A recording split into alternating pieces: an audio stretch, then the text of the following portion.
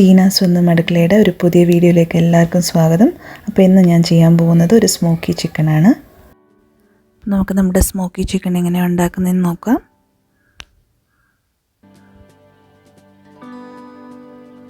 കോഴി നന്നായിട്ട് കഴുകി വൃത്തിയാക്കി വരഞ്ഞെടുക്കുക.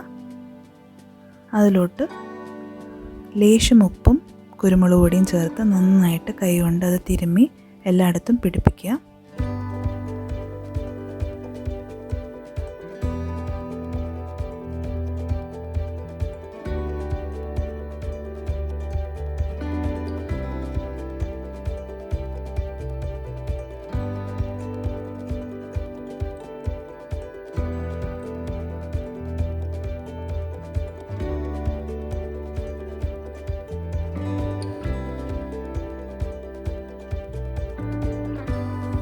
അടുത്ത സ്റ്റേജ് എന്ന് പറയുന്നത് ഉപ്പും കുരുമുളക് പൊടിയും മാരിനേറ്റ് ചെയ്ത് വെച്ചിരിക്കുന്ന കോഴീനെ ഒന്ന് കോൺഫ്ലോറിൽ കോട്ട് ചെയ്തെടുക്കണം.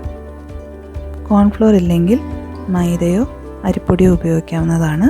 ഞാനിവിടെ ഇപ്പോൾ കോൺഫ്ലോറാണ് യൂസ് ചെയ്തിരിക്കുന്നത്. അപ്പോൾ ഇത് നല്ലൊരു കോട്ടിംഗ് തരും. നമുക്ക് നമ്മുടെ മസാലയൊക്കെ പിടിച്ചിരിക്കും ഇതിൽ തന്നെ. അതിനാണ് കോൺഫ്ലോർ യൂസ് ചെയ്യുന്നത്.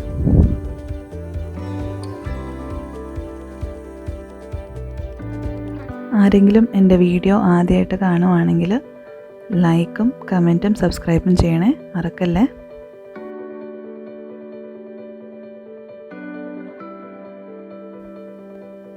അങ്ങനെ കോഴിയെല്ലാം നന്നായിട്ട് കോൺഫ്ലോറിൽ നമ്മൾ കോട്ട് ചെയ്തെടുത്തിട്ടുണ്ട്. ഇനി അത് സ്വല്പ നേരം റെസ്റ്റ് ചെയ്യട്ടെ. അതിൻ്റെ ഇടയിൽ നമുക്ക് നമ്മുടെ മസാല പ്രിപ്പറേഷൻ എങ്ങനെയാണ് ചെയ്യുന്നതെന്ന് നമുക്ക് നോക്കാം. ഈ മസാലയ്ക്ക് അധികം ഇൻഗ്രീഡിയൻസ് ഒന്നും വേണ്ട. ബൗളിലോട്ട് 3-4 ടേബിൾ സ്പൂൺ തൈര് ചേർക്കുക. കട്ട തൈരാണെങ്കിൽ നല്ലതായിരിക്കും.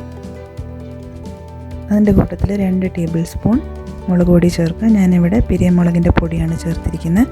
നിങ്ങൾക്ക് നിങ്ങളുടെ എരിവിനനുസരിച്ച് കൂട്ടിയോ കുറയ്ക്കുകയോ ചെയ്യാവുന്നതാണ്.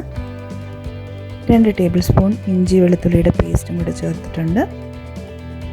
സ്വല്പം ഉപ്പും കൂടെ ചേർത്ത് നന്നായിട്ട് ഇതെല്ലാം യോജിപ്പിക്കുക.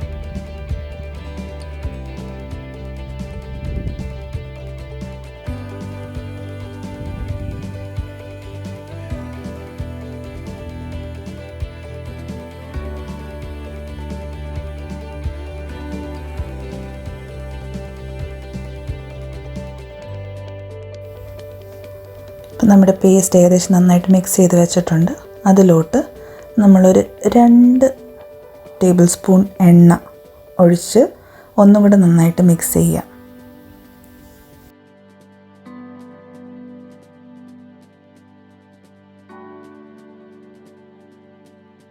നമ്മുടെ മസാല ഏകദേശം റെഡിയായി കഴിഞ്ഞു.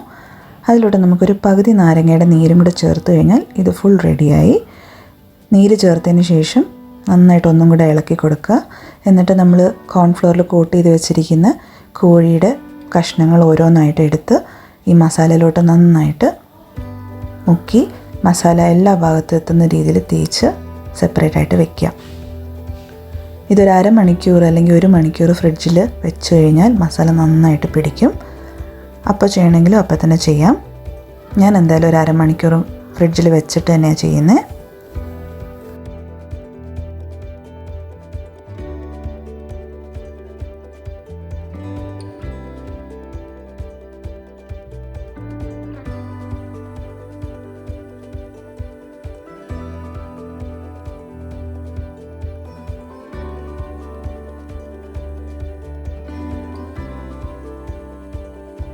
സ്മോക്കി ചിക്കനുള്ള മസാല റെഡിയായി കഴിഞ്ഞു. ഇനി നമുക്കിത് വറുക്കുന്ന പ്രോസസ്സ് നോക്കാം. ഒരു പാനിലോട്ട് കുറച്ച് എണ്ണ ഒഴിക്കുക. കുറച്ച് എണ്ണ മതി. അതിലോട്ട് 2 ടേബിൾ സ്പൂൺ ബട്ടറും കൂടെ ചേർക്കുക. ബട്ടർ ഓപ്ഷണലാണ്, പക്ഷേ ബട്ടർ ചേർത്ത് നല്ലൊരു ഫ്ലേവർ ഉണ്ടാവും.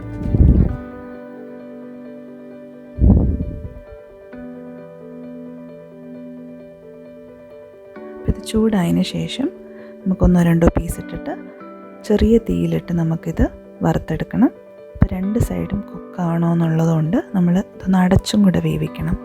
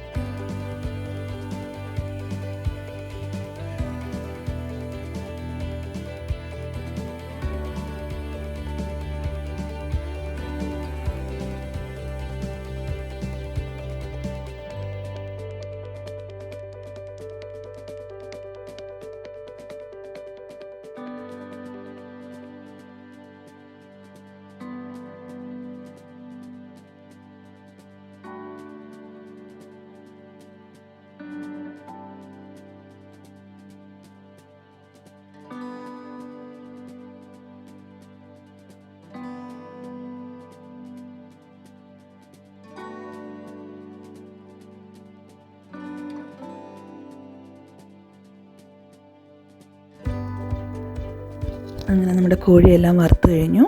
അപ്പോൾ എനിക്കിവിടെ വീട്ടിൽ ചാർക്കോൾ ഒന്നും ഉണ്ടായിരുന്നില്ല. അപ്പം ഞാനൊരു ചിരട്ടയുടെ പീസ് നന്നായിട്ട് കത്തിച്ച് കനലാക്കിയിട്ട് അതിപ്പോൾ ഈ പാത്രത്തിൽ വെച്ച് കൊടുത്തൊരു സ്വല്പം എണ്ണ ചേർത്തു.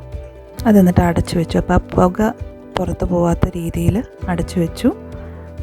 അങ്ങനെയാണ് ഈ സ്മോക്കി ചിക്കൻ ഞാൻ ഉണ്ടാക്കിയിരിക്കുന്നത്. എല്ലാവരും ട്രൈ ചെയ്യുക. അടിപൊളി ടേസ്റ്റാണ്.